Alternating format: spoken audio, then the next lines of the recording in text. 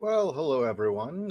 Introduce yourself. Let's see who is in the audience today, so we can, I guess, get started. Hey, we've got Samuel and Air Gear. How you guys going? How's it going? Um, I guess I'll wait a few more minutes for other people to pop up, but we are going to be talking about boobs of steel of a sort and a few other related things. Mainly, I'm looking for feedback from you guys. I honestly don't know how long this episode's going to go, or this cast. If you haven't guessed or have not been following my Twitter, because yes, I am back on Twitter for now at least, it's been a shitty week. Uh, Hence, no show last night. Um, yeah, I mean, really, what do I mean by shitty week? Well, as you all know, I've been harassed by my parents once again, and they're not leaving me alone.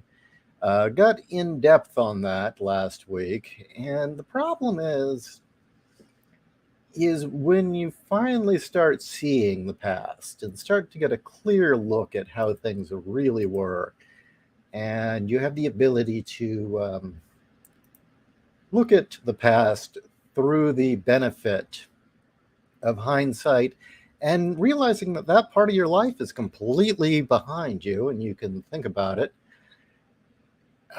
Let's just say a giant chunk of memory fell out of the sky, hit me on the head, and I've been recovering ever since. It's made functioning extremely difficult, which sucks ass because I want this book done. I want to show you. I want to show you something about this book. Let's see if I can't enlarge this image a little bit. Maybe I can't. I don't know. Anyway.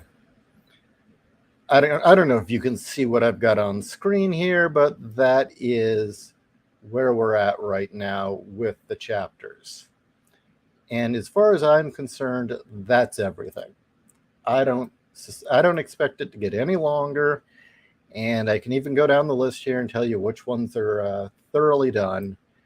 But wait a minute. Wait. Okay. Evening, Ishi. Did you eat a bowl of period crunch this morning? What the fuck? Now I'm going to ask: Are you implying that there's a name for that? I think it's actually called menarche or something like that, where you're eating what is it? The expelled uterine tissue of a woman's period. Why the fuck would you ever say I would do that? That's disgusting, you asshole. What the fuck's wrong with you? But nah, it's been a bit difficult. Really, the big problem has been that with that big chunk of memory falling out of the sky and hitting me in the head and seeing things clearly, I'll be better for it. I know that much. It's just in the meantime, it's been fucking exhausting. It's very hard to stay awake. There's an actual mental pain to it. I don't know if it's that's easy to understand. I mean, there are actually no sensory nerves in the brain for feeling, but yet the thoughts themselves, the memories themselves, have a physical quality to them that are painful, and that it is been very, very rough. Oh, here we go from George here. There are women that eat their afterbirth. Yeah, well, there are hippies who drink their urine too. I wouldn't suggest it, though. It's a new cereal in LA. Corn puffs are shaped like you. What? Are you serious? Please tell me this is real. Corn puffs shaped like uteruses, raspberry flavored, and the milk turns red. It's feminist trash. It's feminist insanity is what it is. What the fuck is wrong with feminists? Seriously, what the ever living fuck is wrong with feminists? Um, you know, it's like they've just run out of things to be mad about. So at this point, they're just, I don't know. We've been down this path. This is nothing new. But anyway, for those who are unaware, I've posted chapter 1 and the introduction of the book onto the Discord for you to read. I don't know if the files are in the best format. I just uploaded them as text files. Would it be better if I actually posted them as Word or text-rich documents? What would you prefer? Second, here's what I've got for the story, or the book now, okay? We've got the introduction, which again is available to read. I've added a chapter 1, which I realized I need to kind of get into the Boobs of Steel trope a bit more before I really dive in and get into the cultural aspects of it, the archetypes, the story writing, and then the culture war connected to it. So I thought I'd ask you, all 16 of you out there, off the top of your head, when you hear the Boobs of Steel trope, what comes to mind?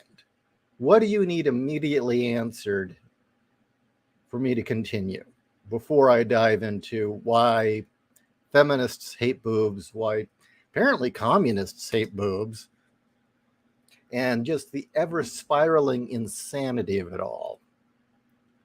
Okay. The only time your milk should be red is it should be when you're eating brutal checks.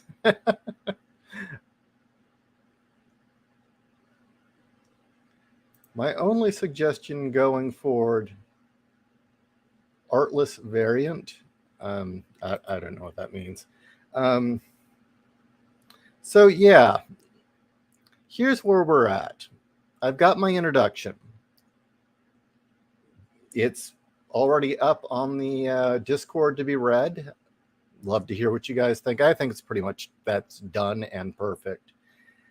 Chapter 1 now. I've pushed the other chapter 1 back to 2. Don't worry about it. Is Boobs of Steel itself, and I realized I should really get into the ins and outs of what the trope is, the archetypes attached, and all that other stuff before I really tear into the culture war shit. So then we get Power Girl versus Girl Power, which I use Power Girl as kind of a test case or poster girl for what's been wrong for the last 20 years, and about how we've got essentially a perfectly fine character who's been beat up on, attacked, and lobbied against for, well, actually over 20 years now because of tits. But it's more than tits, it's what she represents, because there are plenty of busty characters in the DCU, but it's that one character they hate. Why? The following chapter is Less Isn't More, which I get into Tifa Lockhart, Bayonetta, and a little bit of Lara Croft, but I get into how, well, I show how it's already wrecked comics, then I get into the whole thing with video games. And again, it wrecked video games and the whole controversy and the claim and who's behind it. I follow up with Give them an inch, they'll take several cup sizes. That's the chapter about Lara Croft. Decoding the Amazon then goes back into more of a history, and I give an ongoing complete history of the Amazon archetype and why it's endured for roughly 6,000 years and why it's important. It's one of my favorite chapters. From that, I then go into a chapter specifically about Wonder Woman, because she was kind of the game changer that changed everything. Prior to Wonder Woman, pretty much any boobs, there was the Amazonian archetype was really vague before Wonder Woman. An Amazon could be anything from a man-hater to a sex-crazed buff woman to a suffragist. I mean, it really didn't have a clear definition. Or she could be savage or civil.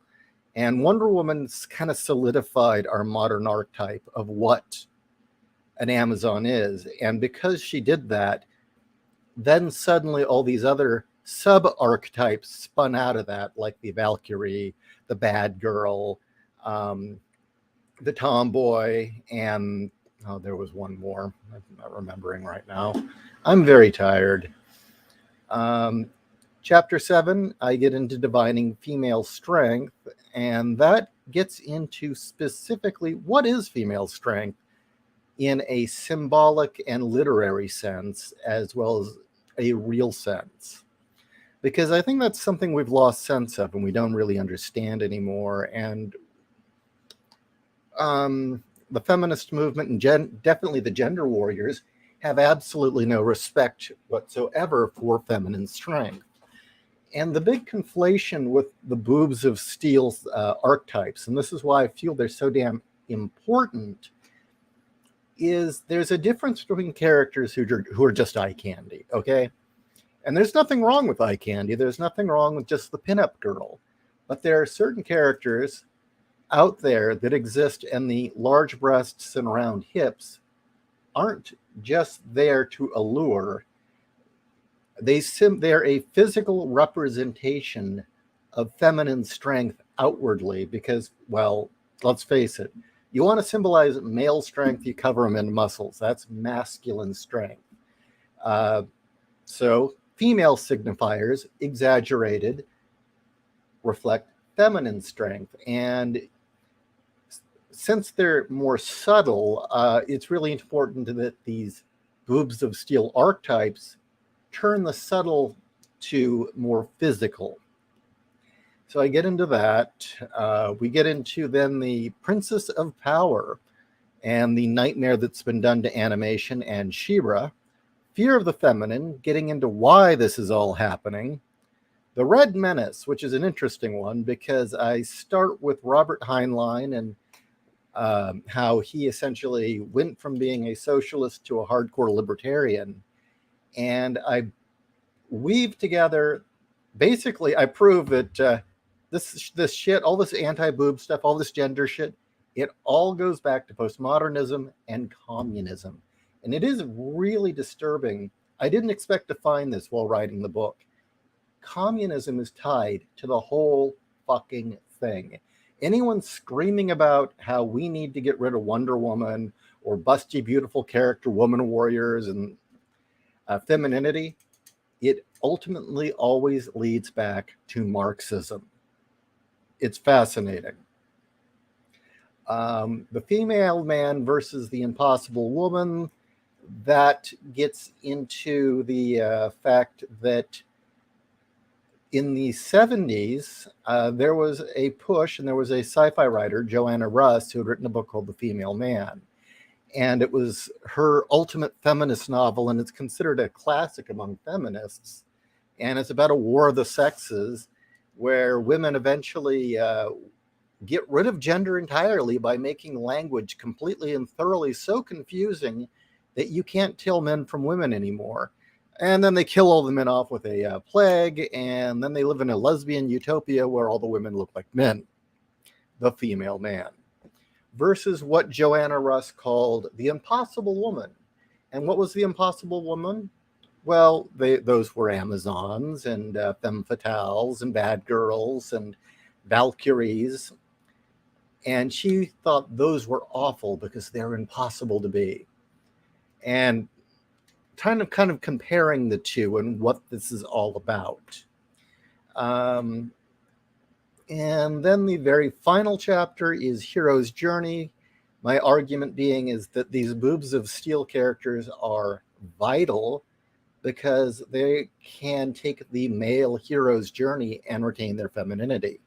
Usually, if you put a woman on the hero's journey, since it is inherently masculine, she ends up becoming more and more masculine herself.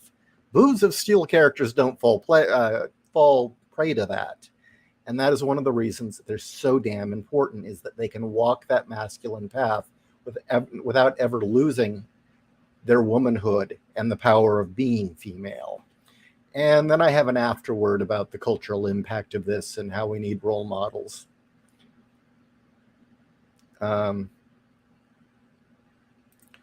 Okay, Harble. Was this a feminist sci-fi novel or a manifesto? Kind of both, actually. It's weird, as Joanna Russ was kind of the prototype of today's SJW. I mean, in the 70s, she was giving her long list of why we should take her seriously. And it was something like, she would introduce herself as, what was it, a lesbian, radical, Jewish bisexual something feminist, handicapped feminist was how she'd introduce herself. And this is long before any of this shit happened here.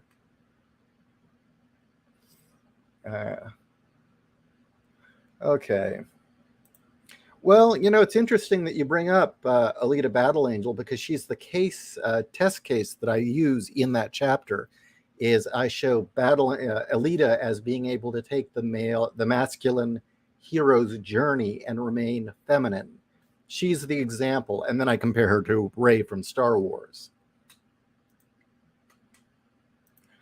I will disagree with you. Fizz Choser says the hero's journey is not inherently masculine. That's a lie peddled by feminists who are pushing a feminist journey. Gotta disagree with you, pal.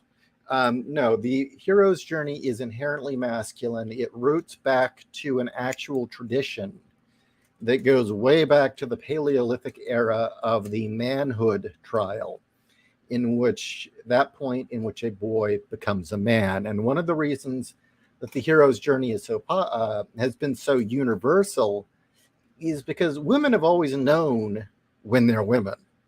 When does a girl become a woman? When she can conceive. Done. It's not even in question.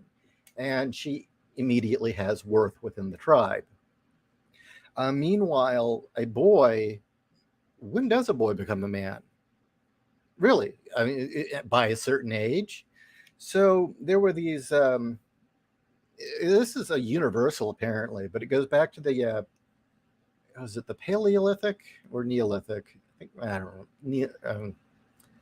I think it was Neolithic, where the tribes would all have this manhood ceremony, where essentially the boy would have to go out, and usually he would be sent into the woods and he would have to do something, or maybe he would be taken down into a tunnel and told a story and shown all this stuff, and then face something utterly terrifying. Essentially, what they do is they scare the ever-living shit out of the boy, and he faces death. So in some of the man trials, it would be you have to kill a lion. Others, it was here. Now you go out, take this hatchet, cut your finger or your pinky off, and come back. And now you're a man. But basically, the whole thing is they would make the boy aware that death was real, and that once that boy understood death was an actual reality, he came back changed, which was absolutely true. And as someone who nearly died, it's absolutely true. Once you know you're going to die, you're a totally different person. And usually it was it was interesting because there were so many goddesses of the hunt, and usually in that whole ceremony, they usually had to sate or please the goddess of the hunt with blood. And then the boy would come back to the village once he's achieved this quest. That is where the hero's journey originated. By comparison, the female's journey would be probably, oh God, Kat will probably kick me. I'm probably going to get this wrong. I think it's Jane Eyre. I think that's it. But it's that essentially. Or the other one is Beauty and the Beast, and that is the woman taming the beast. And that is the feminine journey. And so now we have to come to accept that the hero's journey and the heroine's journey are gendered. They are masculine and they are feminine, and they are distinctly different, and they achieve different things. But at the same time, men can take the heroine's journey, definitely. You've seen that story told quite a bit with gay men, in fact, and women can take the hero's journey, like in Alita. And really, it has to come down to the fact that prior to industrialized society, men and women had very different roles, and there was no flexibility. We didn't really have much of a choice. Either you were going to go out there and risk your life to kill a mammoth, or you were going to make sure the tribe survived by making babies. And if you didn't do those jobs, you died. Your tribe died out. That was just the reality of it. Um, Also, there's a reason there are so many female goddesses of the hunt because of the weird connection between sex and violence. And also, this idea that the goddess of the hunt had to constantly receive sacrifices of death and blood in exchange for life. And yes, I do cover this in the book. Hold on. I knew this would help if I talked to you guys about it. Let me write down Joanna Russ's name.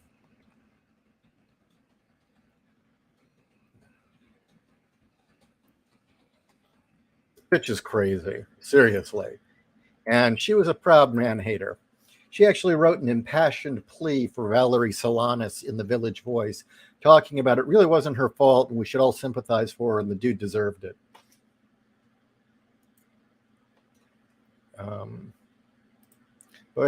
But wasn't the original Beauty and the Beast about the beasts taming the woman with Stockholm Syndrome?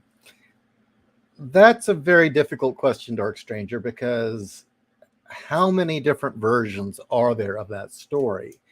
One of the problems with fairy tales, and the thing about fairy tales is I don't actually enjoy reading them. They're not very well. Usually, the way that a fairy tale is written isn't very engaging, but the substance of the fairy tales are fascinating about what they say. And part of the problem with all of our fairy tales, unless it's like Hans Christian Andersen, where there's a very distinct byline on it, so many of these evolved over time and they fractured and they went out into different cultures and different ones evolved. So there's no way to really say there's one Beauty and the Beast, or unless you can attribute a byline to the very first one. But for instance, like there are early versions of Hansel and Gretel where there's no witch, for instance.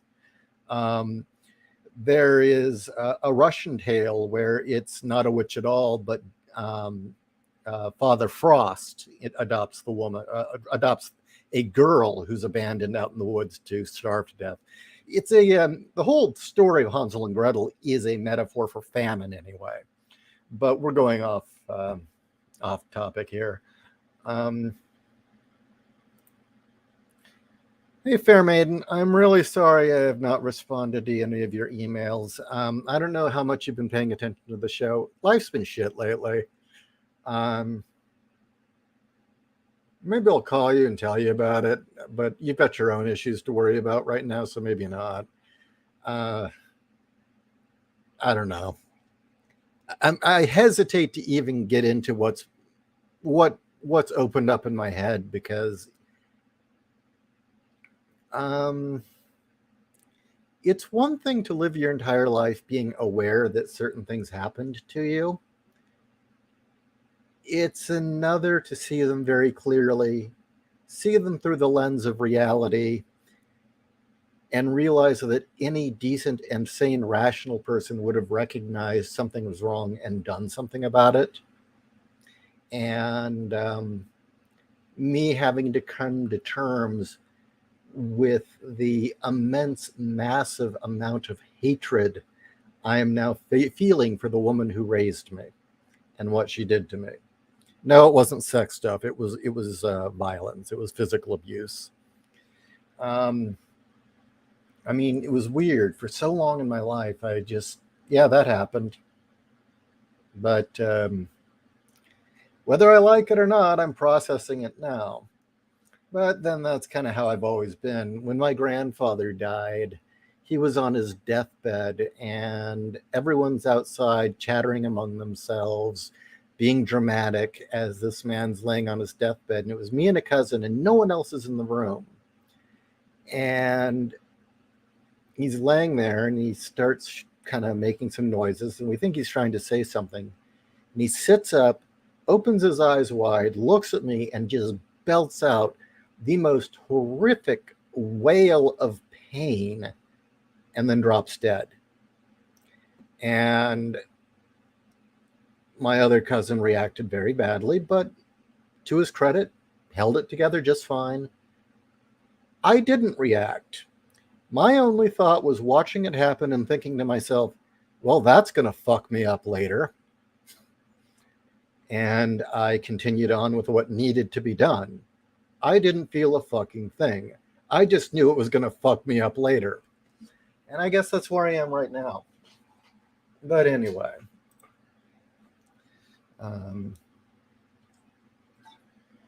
Okay, let's look at some of your comments here. But yeah, okay, so we're looking at these chapters. Chapter 1, Boobs of Steel. Now, what it is I realized I've written most of it already, so I'm not too worried about it. It's just arranging it. Is that before diving into all of this mess, I need to talk a bit more about what Boobs of Steel is, answer some of those questions that the audience may have, and then break down the handful of archetypes that are always connected. One of the most common things I kept running into while writing this book is I had a lot of people bring up and say, well, what about this character? What about this character? And I had noticed the confusion was, well, just because a character has big tits doesn't mean they're boobs of steel. Boobs of Steel are physical characters. There's a physicality to them. They're warriors. They're hunters. They're women who get their hands dirty. That their femininity and their feminine power takes an outward expression, because feminine power is very, very subtle. And it's also why so many female serial killers never get caught. You know, male violence, okay, you know, male serial killers are easier to find because usually, well, they leave a mess. A lot of female serial killers are so damn subtle, either they'll get someone else to do it for them, or their techniques are so subtle no one even knows that murder happened. That's what I mean. I know it's a weird way to explain it, but there's a physicality to Boobs of Steel characters. Let me notate that. So that was one thing I definitely felt I needed to bring up. Another one was I noticed a lot of boomers, and I want to ask you guys about this. A lot of boomers seem highly confused about when I talk about feminism in this book, because they keep saying, well, that's not feminism, but it is. I talk about how, you know, all that's rallying against the female form, all the censorship, all the there's no such thing as a real woman, anybody can be a woman. I start talking about this stuff, and I keep getting boomers saying, well, that's not feminism. And I'm kind of wondering, in the first chapter, should I just say, look, the feminism you guys thought you were supporting doesn't exist? Because later in the book, I make a very strong argument proving, for those of you who have gotten all the chapters, a very strong argument for no, this started with the second wave. The second wave paved the way for all this shit. So I'm kind of wondering, should in the first chapter I mention something about that? All right. All right, the text files are good. Hold on. Humble Marty, a text-rich one with formatting isn't needed, or a docx file. Robo-titties. That's usually what comes to mind with Boobs of Steel. Well, there's nothing wrong with robo-titties. Oh, come on. What young man didn't see RC in the Transformers movie and think, I feel kind of funny about her? There's something about that Transformer I like better a bit than the other one. Never mind. Okay. Let's see.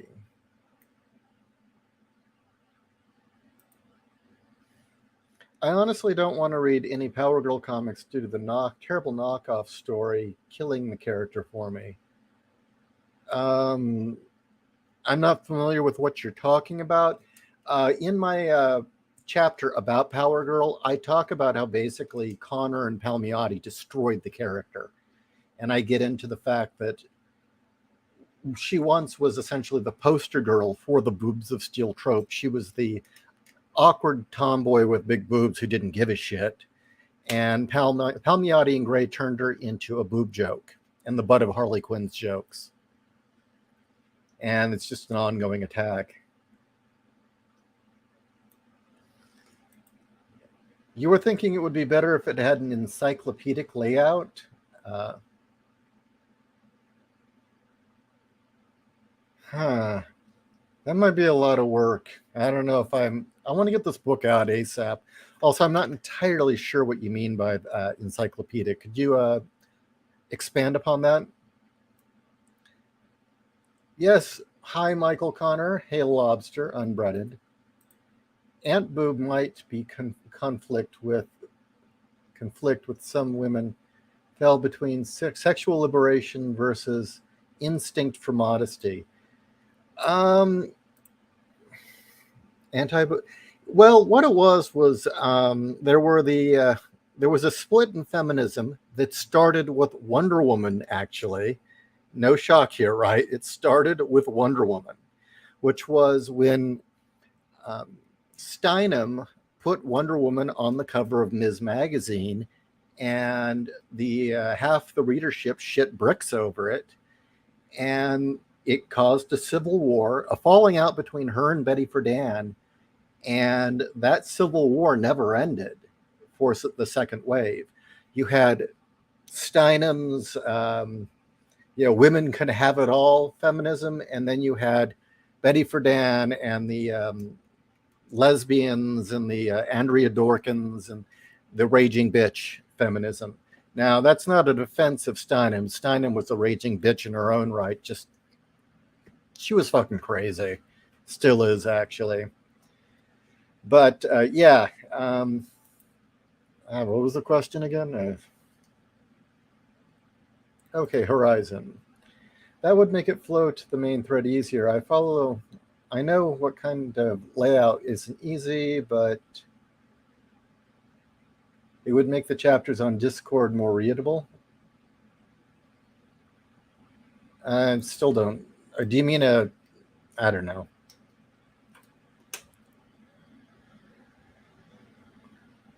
Okay, Starship Troopers. Also, to answer your question, I hear Boobs of Steel, and I tend to think of Valkyries in general and the Valkyrie profile. Yeah, well, there's a reason for that. In the history of the Amazon, I get into Wagnerian opera and how even though the women, those were Valkyries in the Wagnerian opera, those steel boob cups started getting associated with Amazons as well.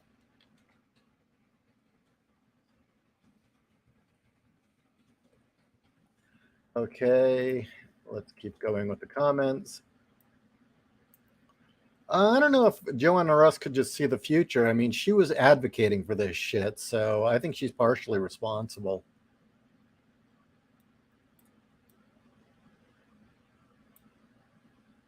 Wasn't Heinlein horrified by the sheet immorality and racism of the movement? Vague question. Do you mean the SFWA, SIFWA, or do you mean feminism?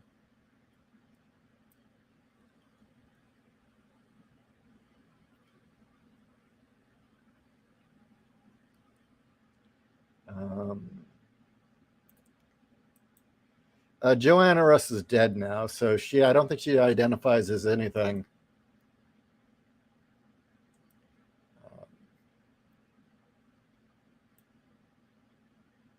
It makes sense because elitist stories about balancing radically opposed concepts, free will society, man, machine, woman.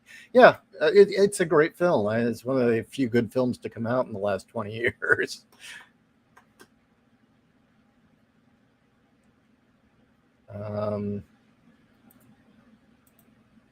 What's your comment about Quinn and Poison Ivy? I need a little background. I do talk quite a bit about how Harley Quinn is essentially the embodiment of everything wrong with what's wrong with the current gender warfare bullshit.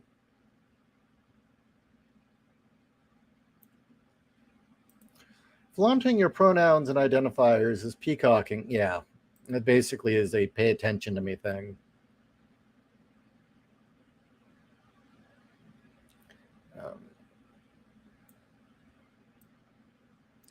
Sorry for the silence. I'm reading your comments.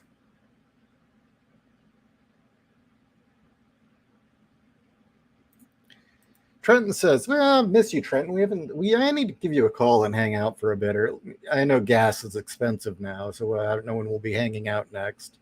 But you're right. I figure the book was why streaming has been off this week. Well, it's partially, but it's not just the book. As I mentioned a little earlier, a lot of bad shit happened in my life, and I'm just having to come to accept it. And whether I like it or not, I guess all that pain and hate I felt years ago or I didn't feel years ago, wants to be felt now.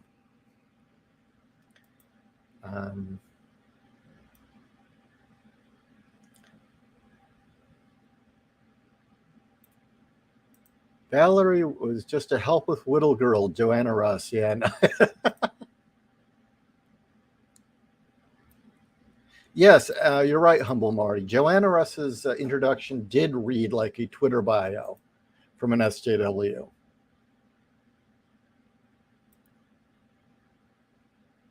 Okay. Okay, Catherine. I heard Beauty and the Beast was originally conceived as a story to comfort girls who were entering into arranged marriages. That is true. Yes. That is where it originally started. But it was also, keep in mind, the idea that the feminine aspect tames the beastly aspect of the male, civilizes a man, was the concept. And that the idea that women were a civilizing force upon men. And unfortunately, I think I think that idea of women being a civilizing force has just gone out the fucking window. It's interesting with Susan B. Anthony warned of that.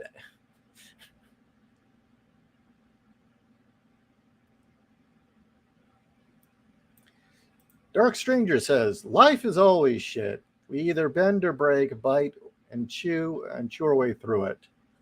Honestly, I'm sick of being bent and broken, so I'm now biting and chewing. Hopefully going better for you, Ishii. Well, it's getting there. It's definitely getting there. You know it's bad when you wake up screaming every night, okay? It's just the way it's gonna go. I much preferred it when it was just gray aliens hanging out. That wasn't that, that was unnerving, but nothing else.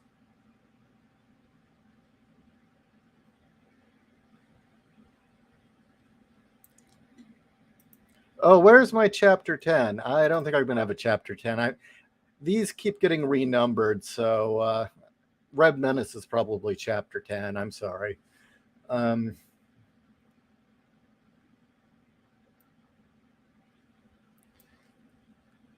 Yes, I will definitely be bringing her up. Absolutely. And she's a mother or matriarchal figure at heart. Let me write that down to remind me. I tried to research her. I just didn't want to read 10 collected omnibuses to figure out what the hell her story was.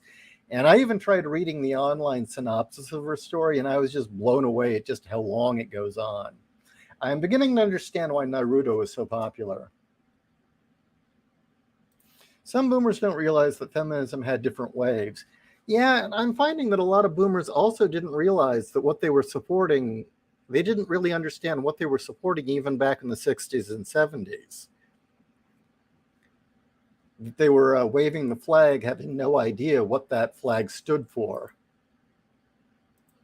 I don't think you'll have a problem with any generation younger than boomers getting it. Don't worry about boomers getting, yeah, should I just give up on it and just say, fuck it, they're not going to understand. Oh, I do talk about the different waves. I mean, there's a lot of, see, that's part of the problem that I've just had to realize is bringing up things like the waves of feminism, and it starts taking me down paths that aren't really relevant enough to talk about. I had to abandon an entire chapter because it's just not needed. And it did get into the various waves of feminism. The first being that the suffragists weren't feminists, okay? That idea that was first wave feminism is not true.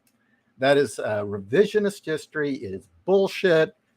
And don't let anyone tell you any different.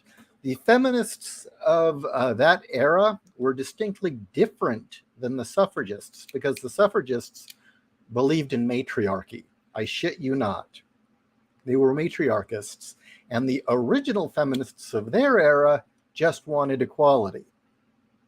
Then the war came around, and the Depression, and women had a nice big taste of reality, and we didn't really have time for that kind of pissing and moaning and bitching, because let's face it, regardless of what feminists tell you, women were in those factories just like the men were, and nobody liked it. The only women that had any time to bitch about their rights and how men had it so great were rich women. And they were only talking about rich men. Feminism really never took off with the World War II generation. And that's maybe because they lived the reality. This whole thing about them, about Rosie the Riveter having to be forced back into the home after the war. No, they were happy to go back. They were thrilled to go back. It was, okay, now my husband's back. We can raise a family. And that was the dream. They were going to have they were all going to have comfortable lives in the suburb. No more war, no more poverty. They were just going to have a family. Dad would go to work, come home at 5 o'clock. They'd have dinner, watch TV, or watch, what was it? The Jack Benny program. And it wasn't until the 60s, when their kids started getting indoctrinated into Marxist bullshit, that all this feminist crap came up. And that wave of feminism, the second wave, was fucking insane. And it was essentially Marxism under a different name. And then there was Gen X feminism, and nobody remembers that. The girl power feminism of the 90s. Gen X feminism, also known as choice feminism, was, well, a woman making her own choices is feminist. That didn't last too long. As you'll note, that was one of the first things that Sarkeesian and her crowd crushed. Before they fucked up atheism, before they fucked up video games, before they fucked up comics, the first thing they did was go after choice feminism, or the feminism of the 90s, which is basically a woman living her own life is feminist. If she wants to raise kids, that's feminist. If she wants to if she wants to wear a clown hat to work, that's feminist. It didn't really matter. She wants a career, that's feminist. It's women that having a choice. And you'll notice in a lot of Anita Sarkeesian's rants, she will go after that point of view as saying, that's not feminism. And they went out of their way to trash that. Then there was fourth wave feminism, which is Anita Sarkeesian. But for the record, all this crazy gender shit started with a woman named Beauvoir, Simone de Beauvoir, who was from the Frankfurt School. Yes, those commies. And her work was basically, she claimed that there was no such thing as a woman. Women weren't born, they were made. And that the idea of a woman is trained into females at birth to enslave them and for the benefit of men. And that notion just didn't really take off with our grandparents. Me being Gen X, my grandparents, the greatest generation, the World War II generation. That idea just did not fly. But the boomers love that idea, and they latched onto it. And so Beauvoir's writing and that notion that there's no such thing as a woman informed all feminist thought up until, I would say, the mid-'80s. And then Judith Butler, a baby boomer, came out with her book in the 90s, which brought that back with a vengeance. And that laid the groundwork for the gender shit we're in now. So if it had not been for the boomers latching onto the work of Simone de Beauvoir, we may not be in this mess. That, and if it had not been for the boomer feminists making sure that Dr. Money's fraudulent pedophile research did not die in disgrace like it should have, because feminists kept it alive and kept it funded. Honestly, frankly, if we had just nuked John Hopkins, we'd be fine. And for those of you, I'm not getting into that. Those who know. So that's not the point of this episode. Maybe it was good just to get on and rant. I was trying to write, and all I could feel was pain in my head. Howard-based Dark Agnes on... Oh, let me write that down. Thank you very much. I did not know that, Samuel. Because I do a whole thing on why these idealized women are not a bad thing. Give me a second. I introduced the whole notion of the impossible woman. Down here in The Female Man versus the Impossible Woman, I bring up Joanna Russ's concept of the impossible woman as being this horrible standard no woman could live up to. And then I turn that around and say, well, that isn't exactly true. These women don't symbolize a single woman. They represent an aspect of all women, and most of them are inspired by real women. And I go down the list of every one of these idealized women, and how many of them were based on the writer's wife or a woman that he admired. So just a little aside there. So that's good. I'm glad you mentioned that.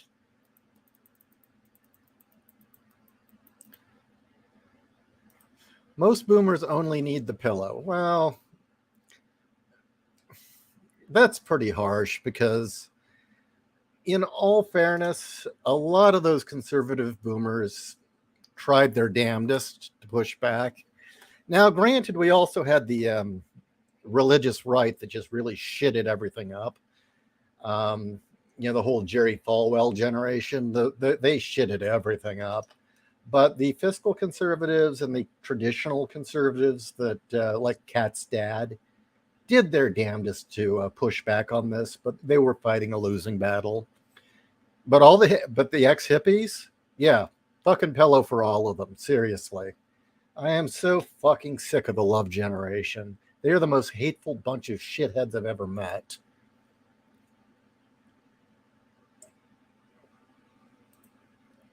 I hear Boobs of Steel and think of the Chicks in Chainmail. Hey, guess what? There is a whole section in, hold on, which chapter? The Female Man versus the Impossible Woman. There's a whole thing on chainmail bikinis and how it was a chainmail bikini on the cover of Sifwa's quarterly magazine that kicked off the ideological purge inside of the SFWA, the Science Fiction Writers Association. In 2013, outrage over an article that said a woman was attractive and a Red Sonja cover with her in a chainmail bikini was the excuse used by feminists to essentially do an ideological purge, disgrace all these older writers, get them all kicked out of their own organization, and take over. So I cover that.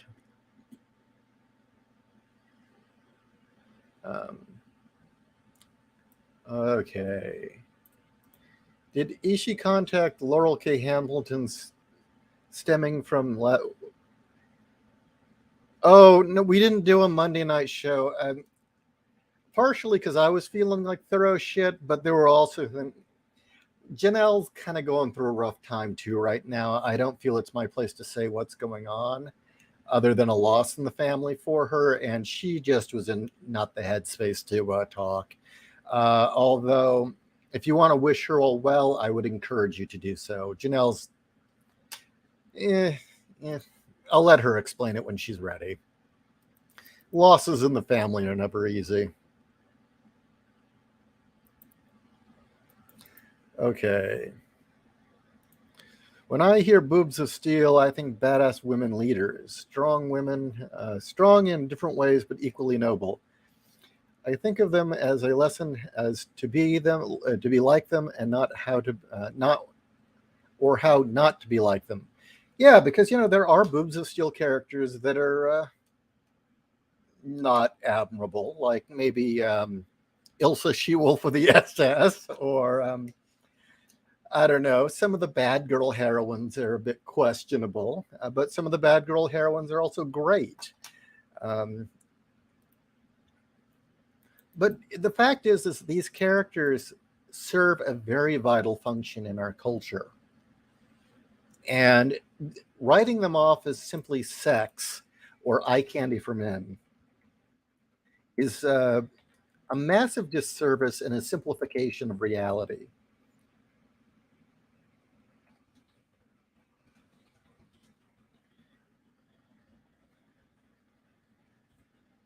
Wasn't Gen X feminism encapsulated into the Spice Girls? The Spice Girls and the Riot Girl movement would really be it. And like I said, in the chapter I had to ditch, I get into that, but it was just too off topic. I may publish that as a separate article.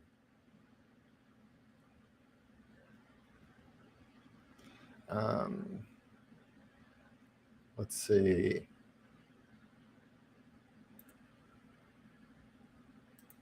It's weird Simone de Beauvoir, the nightmare feminist, went to school named after a wiener. It's like getting a degree in how to be a prick. Well, I think she wanted one. Another interesting thing to say is that these women, the boomers especially, but these women all love Sigmund Freud, but don't like Carl Jung, which is very interesting. And I don't bring this up in the book because, again, I can't cover everything. But here's the thing. Carl Jung believed in archetypes. Feminists don't like archetypes, neither do communists. And the archetypes, definitely there is kind of a deification of a number of feminine roles in the archetypes. Whereas, how would I put, and Jung also believed in the anima and animus, that men and women have both aspects. Whereas feminists who all love Freud basically said women are broken men or dysfunctional men. I think basically Freud was diagnosing his own problems.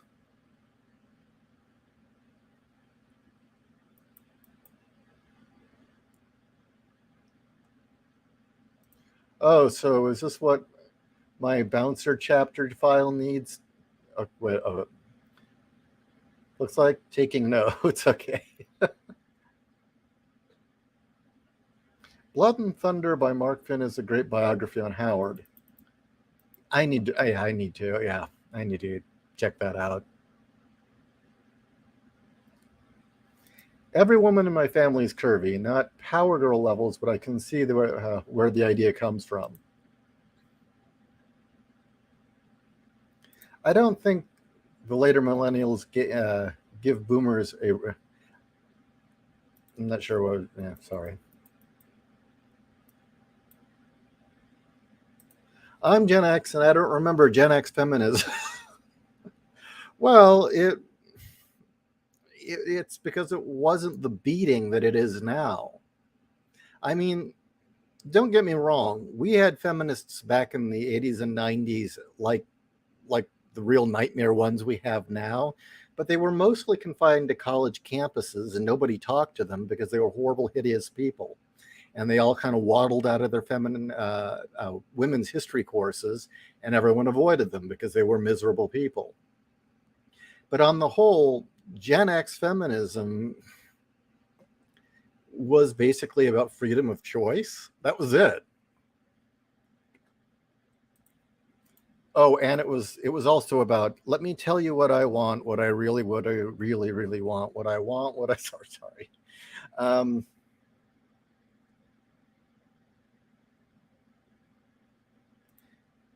any opinion on the Sports Illustrated 3 covers? Let me check. I don't even know what you're talking about. Give me a second.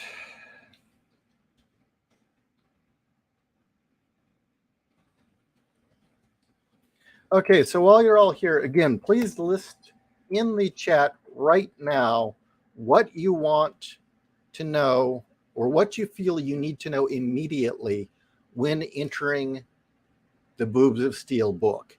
What are the questions I need to immediately answer for you? Okay, so I'm seeing these trio covers. Is that what you mean? Like there's one with a black woman and there's three of them, and then there's three white women kind of bunched together, and then a chunky girl. Not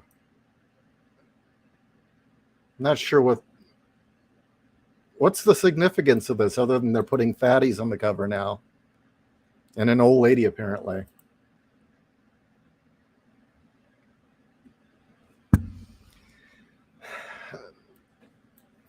Consider how feminism has become a massive nightmare. We need more feminist villains in fiction.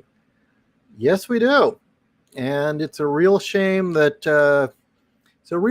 no artist would commit and follow through with my bombshell project, because I had a series that was going to do that. That series would be so on target right now if it had been done. And not only was I going to have a Power Girl-esque heroine with big cans fighting a dystopian state that was ran by SJWs. You know, the lead villain was the two lead villains were based on Zoe Quinn, and one was based on Zoe Quinn, and the other was based on a cross between Sarkeesian and Hillary Clinton. And there was another villain, super villain, that was essentially a drag queen. And this was something I would propose 2 years ago. Okay.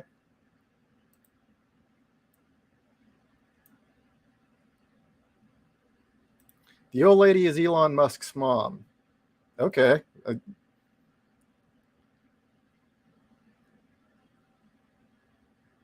All right, archetypes. How do they relate on local level and international level?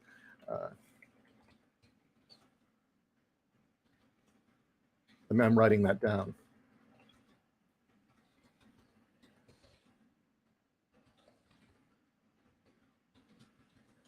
Okay, well, here's how I'm going to handle it. Is I am going to talk a little bit about Japan, because there's enough crossover with us and them that it's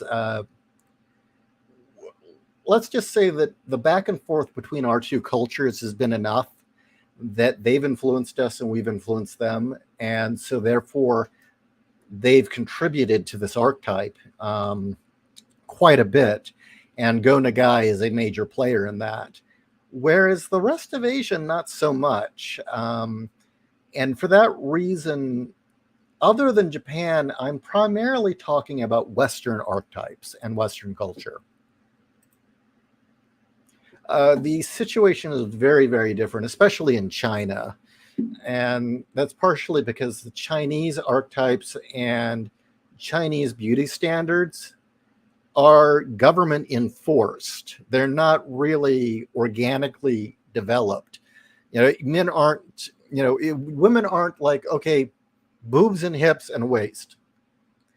That's universal. And no matter what anyone tells you through history, I can easily prove throughout history, thin waist, big tits, round hips has universally been what men have been attracted to.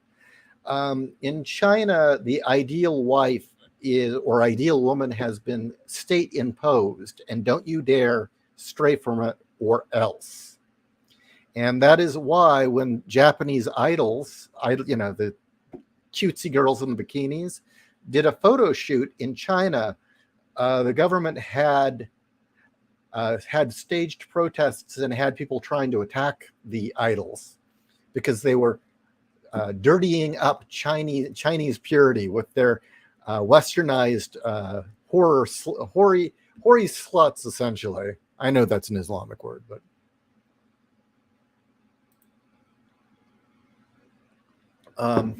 and for anyone who brings up the 20s and says, well, what about the flappers? If you look at what the common average man was into in the 20s, it's the same thing as we like now. If you look at burlesque, men were looking at the same things we look at now. The people that were into the whole flapper bullshit were all essentially the same people pulling this gender shit now. They were rich. They were usually, Marxists. They were into the whole perversion and debauchery culture. And they were all getting into blurring the genders. That whole flapper thing was essentially sick rich fucks and their hanger-ons. That's it. It's not what men were into. It's not what average, regular, normal men with families, it's not what they were into. Hell, Fritz Lang, who casted those rail-thin flappers in his movies, he married a nice, curvaceous woman. Think about it.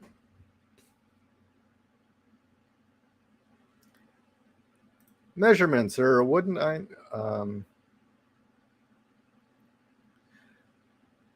I mean, I wouldn't really know what to look or want in a book like this. I suppose just the basics is good for me. Good understandable text, good flow. Okay, hey, Dark Stranger, have you read the introduction on the Discord? The link is in the description.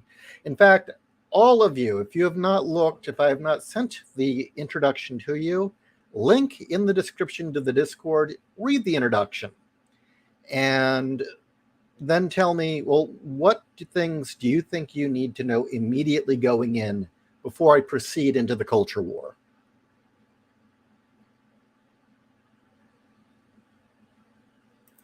The US West has no background classic archetypes anymore if you look to the trad publishing. Yeah, and the thing is, you can't kill an archetype. You can't. And you cannot manufacture them either. Carl Jung was very specific that you cannot manufacture archetypes. You can force people to go along with it, but archetypes themselves are organic. They create themselves. The gray alien in our culture, I know you guys are all going to start laughing at me, is an archetype. It's buried itself in our subconscious. It now is it's diagnosable in our brains. It lives in our subconscious. And that's the same thing. Basically, it has to resonate with the culture itself, which is why manufactured archetypes don't work. They aren't organic. They don't resonate with the wants and needs of the culture. And essentially, when you've got trad publishing trying to push this idea that, oh, no, there is nothing but perversion and sickness, and there are no archetypes. Everyone's scum, and there are no morals. Fuck those people. I think there was a feminist villain in the Powerpuff Girls. That was great, by the way.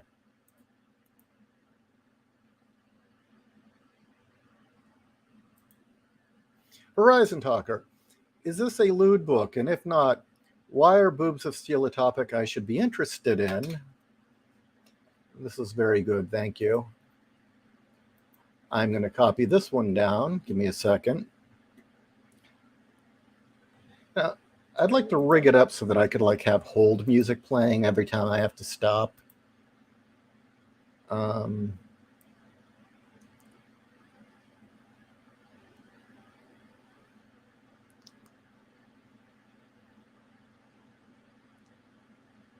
Damn. Sorry about this.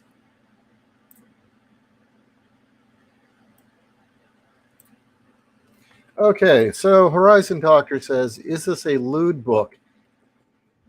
Not really. I mean, I use some four-letter words, but other than talking about boobs, I mean, I don't talk about sex at all, if that's what you're wondering about. I mean, I suppose it's as lewd as a Varga pinup, which isn't lewd at all. It's more about archetypes, legends, and the culture war, and how essentially these archetypes, the warrior woman, and essentially the warrior woman, the mama bear, or the avenging good mother, the dark goddess, the bad girl, the Valkyrie. These archetypes are all vital and quintessential to our culture. We need them. They've been with us for thousands of years for a reason.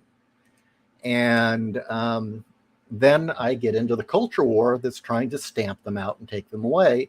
And what's their claim? They always claim, oh, it's the boobs are the problem. They always go after the boobs first.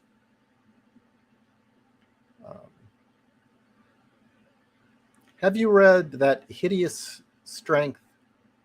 There's a villain feminine. Nope, I don't even know what Hideous Strength is. Measurements. I mean, I wouldn't really. Okay. Sorry. Me, David, Jack, and Leon Lincoln had talked in Lincoln's house after Leon sobered up.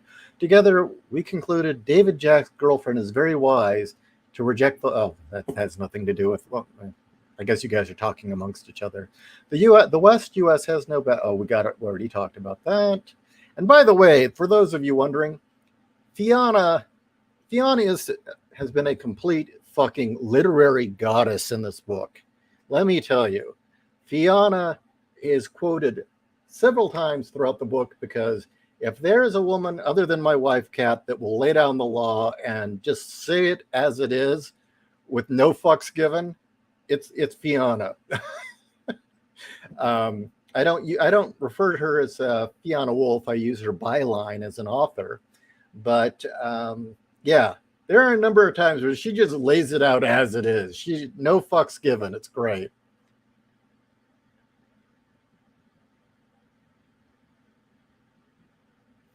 Horizon Talker. Most Asian cultures associate other features with femininity.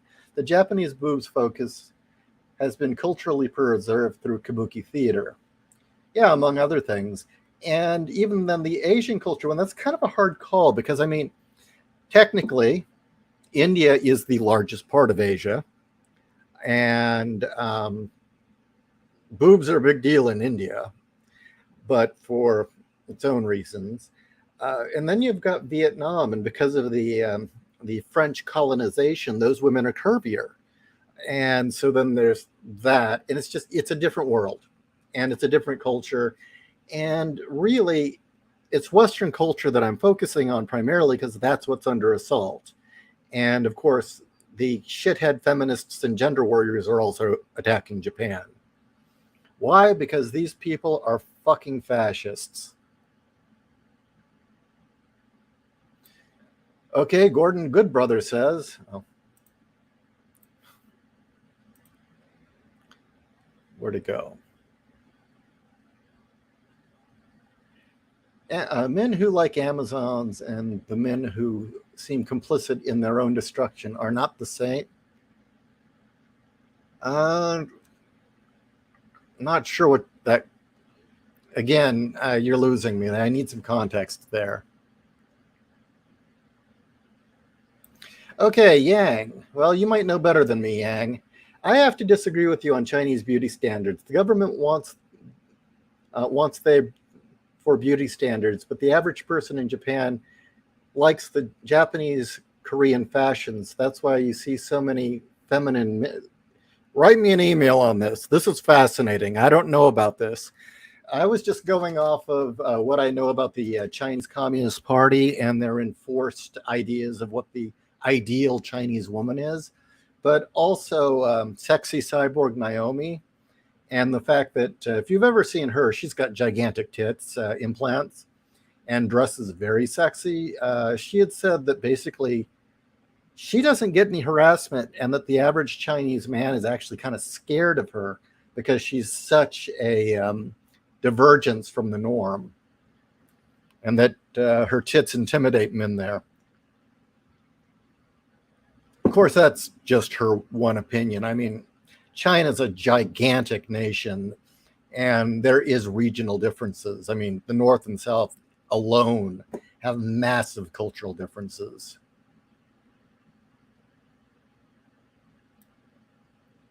Flappers can't feed babies. Yeah, and a lot of flappers couldn't have babies because they were starving themselves. And then there's the ones that had their ribs removed so that they could look like that.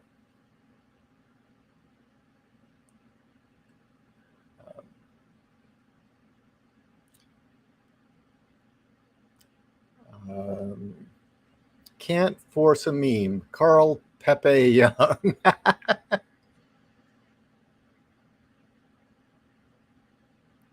Before you go into the culture war, you've got to have a prologue. Humble Marty, you read the intro, right? You already read the introduction that I posted on the Discord. If you have read that, exactly, tell me what you think needs to be in that prologue. Because it might just be an issue of me taking certain things I've already written and bumping them closer to the beginning of the book.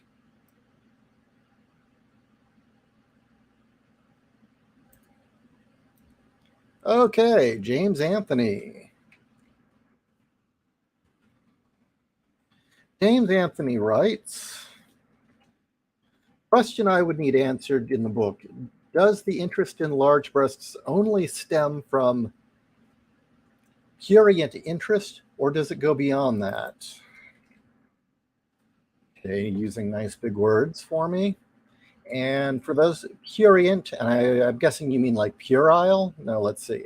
Having or encouraged an excessive interest in sexual. No, it goes well beyond that.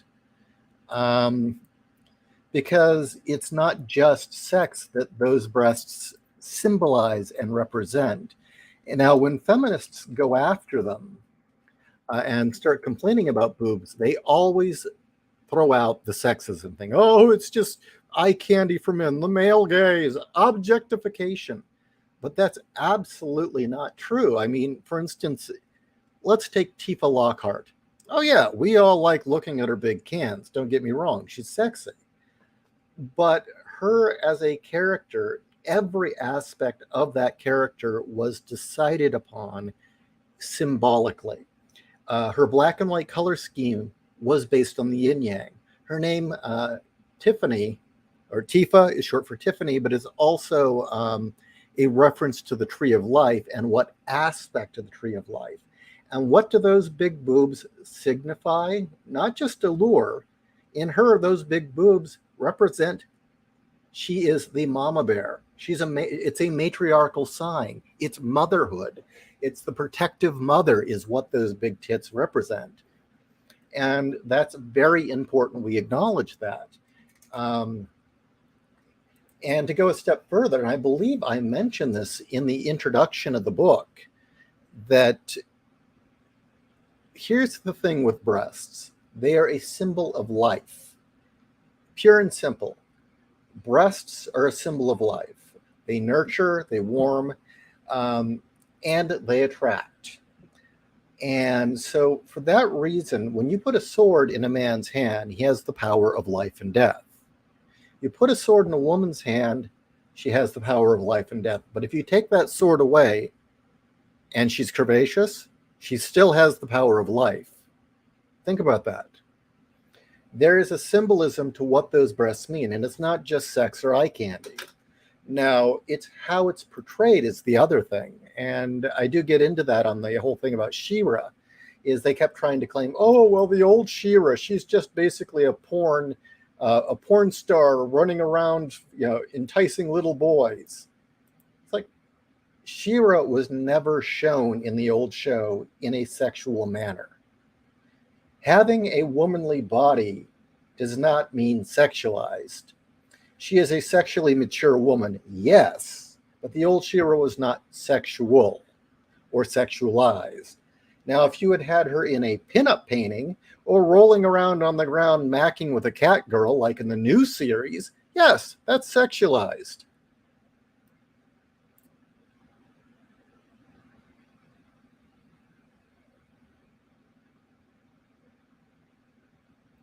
Okay, let's see what we've got here.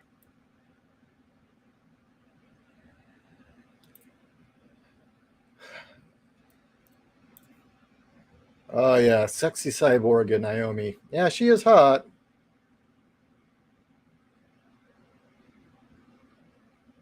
The old Shiro was literally rotoscoped. They traced a living, breathing woman.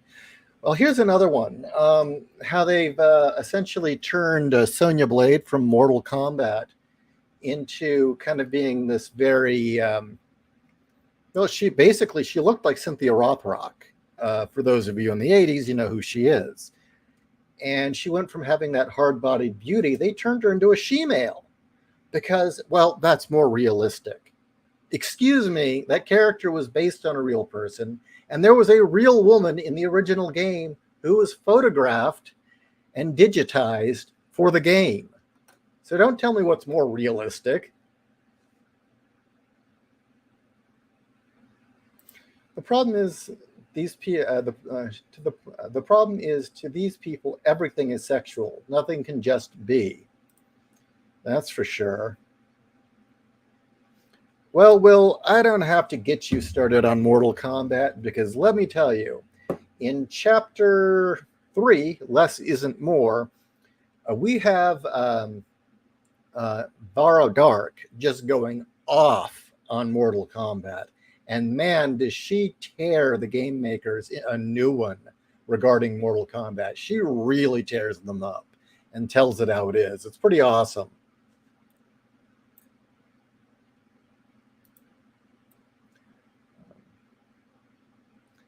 Have modern Amazons tricked dudes into letting themselves be replaced rather than standing alongside them as counterparts?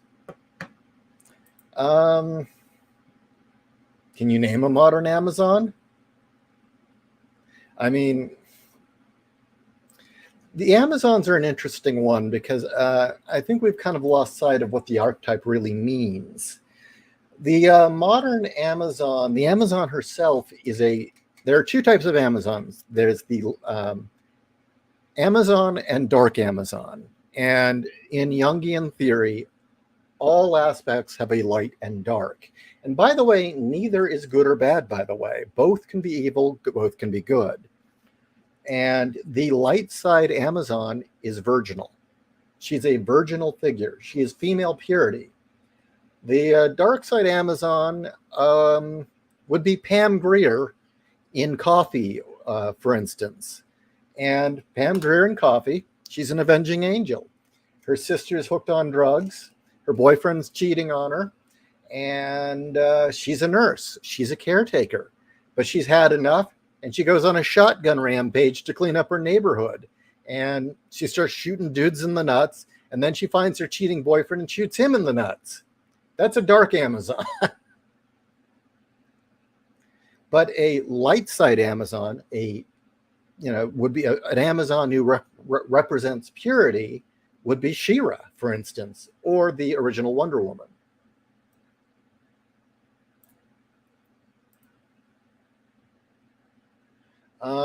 And also, Amazons inherently don't trust men. That's always been a part of their character, which is why I divide that up and I say, well, we really need to make a distinction between those that are based on the Amazon or based on Valkyries, who like men and fight alongside them. And there's a huge difference. I would say that, a lot of those Hellcats that Howard wrote about in his novels, like Red Sonja, the original Red Sonja, not the comic book character, or Valeria or Dark Agnes, those were Valkyries.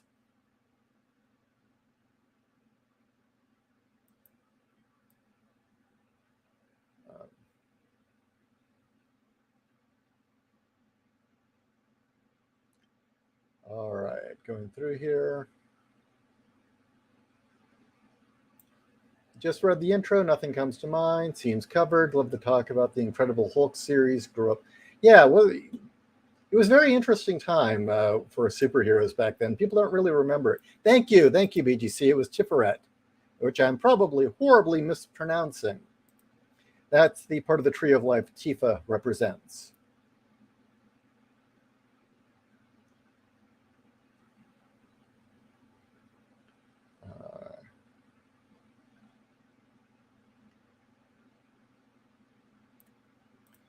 Tifa is literally a reversal of the narrative feminists have for breasts. She's designed to be the naughty tomboy, the girl next door archetype.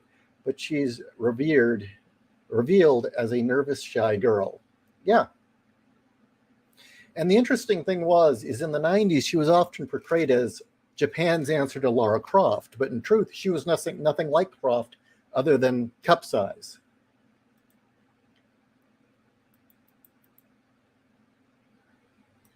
All they like to look at, yeah, I get into the whole Andromeda effect about how it went from being we want realistic women to all the women are just fucking ugly, and that I get into in the Less Isn't More chapter, and I even quote They Live in there. You're all right, but you fucking ugly, real fucking ugly.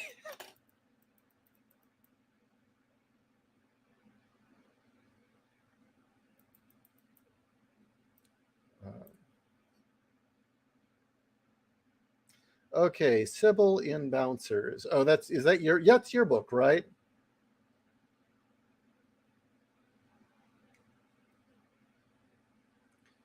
They Live. Oh yeah. Fuck Rage Against the Machine, man.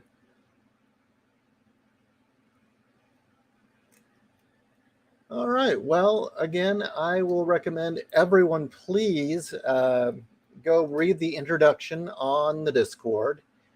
Chat is the link is in the description below, or you can just post in the chat afterwards. Seriously, after you read that introduction, before we dive into the culture war, what questions do you have about the Boobs of Steel trope and the archetypes attached to it?